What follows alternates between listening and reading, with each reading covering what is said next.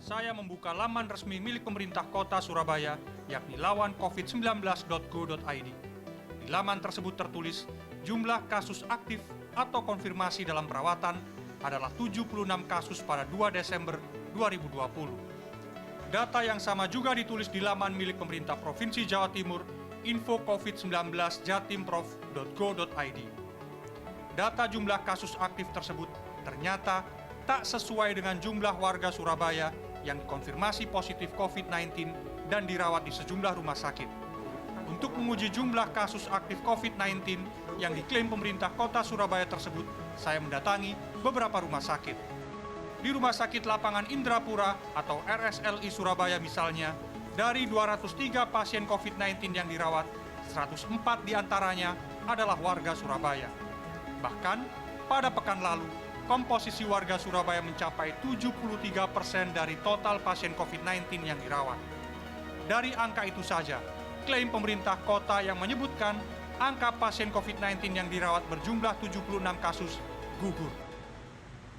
Kalau dari data kami adalah 73% warga Surabaya. Ya, yang lainnya Sidoarjo, Madura karena pondok dan sebagainya. Artinya apa?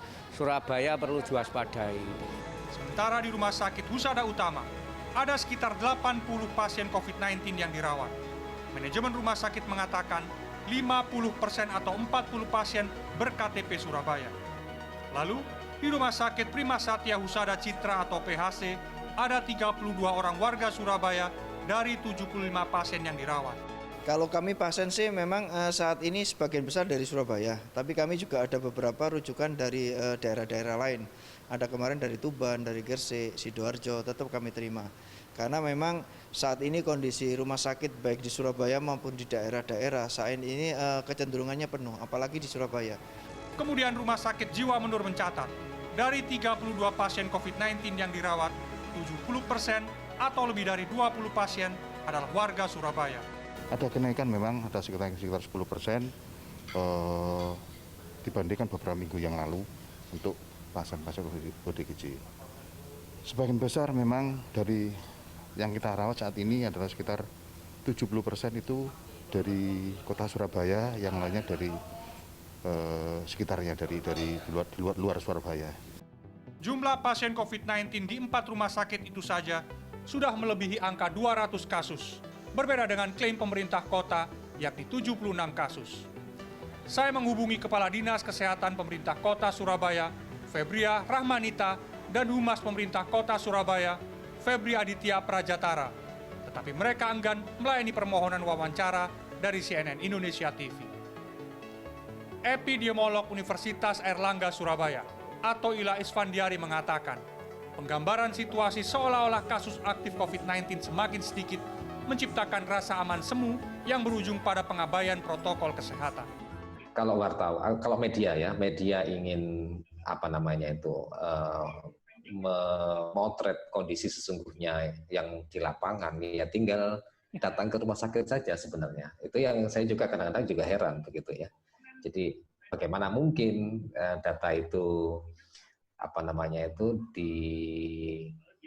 saya nggak tahu ya, apakah itu disembunyikan atau mungkin disesuaikan gitu. Sementara kasus di lapangan itu tidak bisa disembunyikan.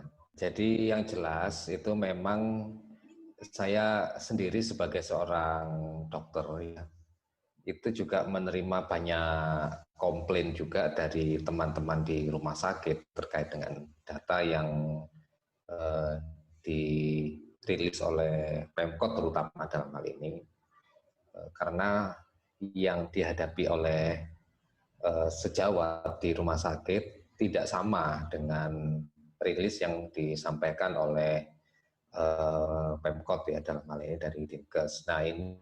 Menurut Atoila, ada beberapa faktor mengapa angka-angka kasus ditekan sedemikian rupa. Yang dominan adalah faktor politik agar muncul kesan pemerintah berhasil menangani pandemi. Sistem zonasi juga menjadi sebab karena ini semacam rapor Pemda. Yang jelas, data yang salah dapat melahirkan kebijakan yang berbahaya. Miftah Farid, Andreas Wicaksono, Surabaya, Jawa Timur.